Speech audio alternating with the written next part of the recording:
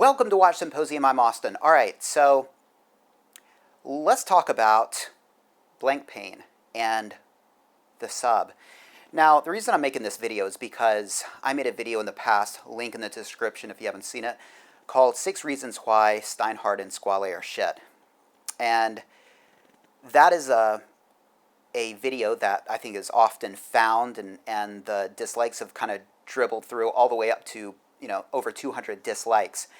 And I think what happens is somebody is getting ready to buy one of those watches, and they have their credit card out, and they've either just bought it or just have it or are thinking of buying it, and they search for Squale, and they find that video, and I tell them exactly what they don't want to hear. I don't confirm that it's a good watch, and I don't help them drink the Kool-Aid that it's a good idea and that they should be spending their money. And I make them question their purchase, and I make them question their belief that it's worth the money.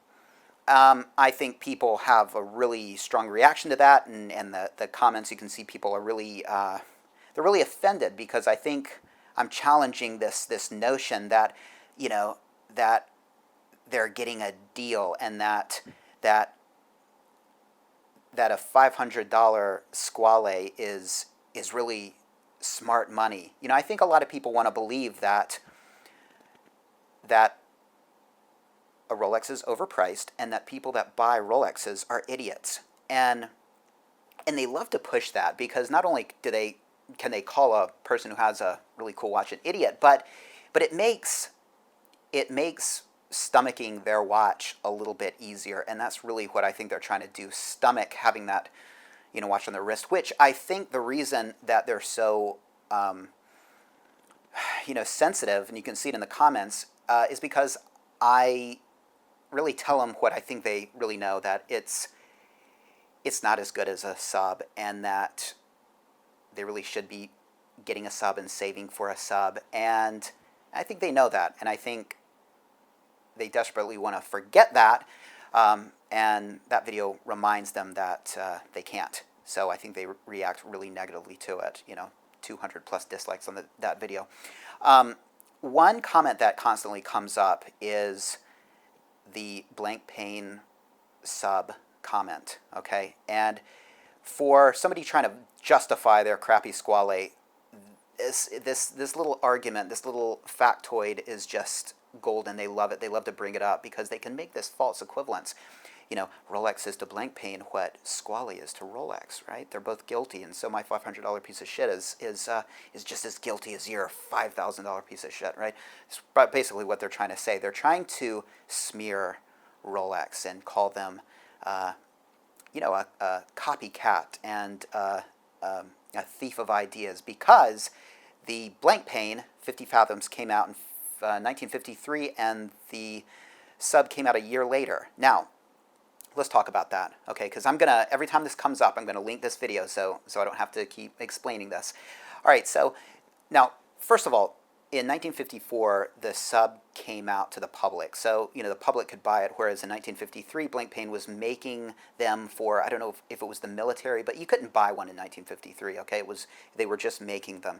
Now, keep in mind that the Rolex came out in 1954, but research and development, happened years before that, and they were probably testing it for years before that. So the idea that it came out in 1953 and Rolex scrambled to make it and slap it together is ridiculous. I mean, that would be dangerous for Rolex if look, they would do research, they would test it, because if the watch failed in 1954 after they brought it out, it could totally discredit the company. They wouldn't play it that risky. So the idea that Rolex just up and up copied blank pane, it doesn't make any sense. Now, one thing I will give to blank pane is the unidirectional bezel. All right.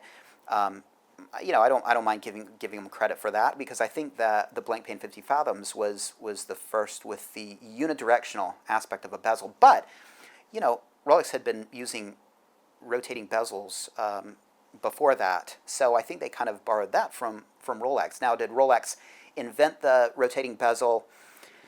I wouldn't go so far as to say they did. I don't think they did. I've heard that they didn't, and I'm willing to, just for the sake of argument, say they probably didn't. But they certainly innovated it. And the same could be said of the screw-down crown, which is another thing that Blancpain borrowed. All right.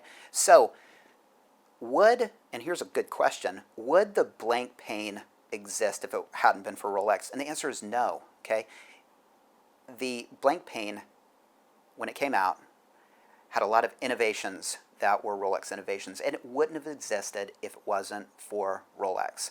Now, sometimes people bring up the similarity in looks between those two watches, but look, you're talking a dive watch made to go in the water. It's got lume, okay, it's got lume on it, and obviously to make that lume more visible, it's going to be put on a dark background to make more of a contrast.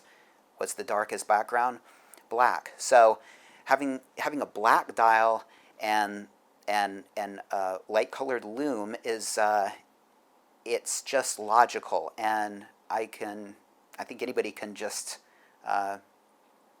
by just sort of thinking about how you would want to make your lume more visible, you would obviously put it on a black background. So Rolex didn't nick that idea. It's just the way you would make your lume more visible. I think this is a false equivalence, all right, and I think a lot of people want to say that Squale is sure borrowed from Rolex, but look, Squale borrowed everything from Rolex, or if not from Rolex, from something else. It didn't come up with anything. I mean, it is just a conglomeration of all ideas from something else put out there, and then a fake history slapped on it as if it wasn't. Whereas Rolex, like I said, Rolex, if it wasn't for Rolex, the Blancpain wouldn't exist, and if it wasn't for Rolex, the Steinhardt wouldn't exist. I will end by saying that what you think of as Blancpain no longer exists. Okay, the company went under. Right, it was revived and its history poached by the Swatch Group. So even if you can give them that mantle that people are so desperately trying to give them, and make that make that argument that they're a real sub, well, unless you have a Blancpain from 1953, you just have basically a rehash of that from the Swatch Group. Or is it Richemont? I think it's the Swatch Group. So anyway, hopefully that clears that up, and I think that's a huge false equivalence, and I think you see it a lot, and I think it's something that people who want to sort of make an argument against Rolex, they love that little factoid because they think it just proves that Rolex is a copy. All right, and hopefully I've shown that it's not. Thank you for watching. Take care. See you next time.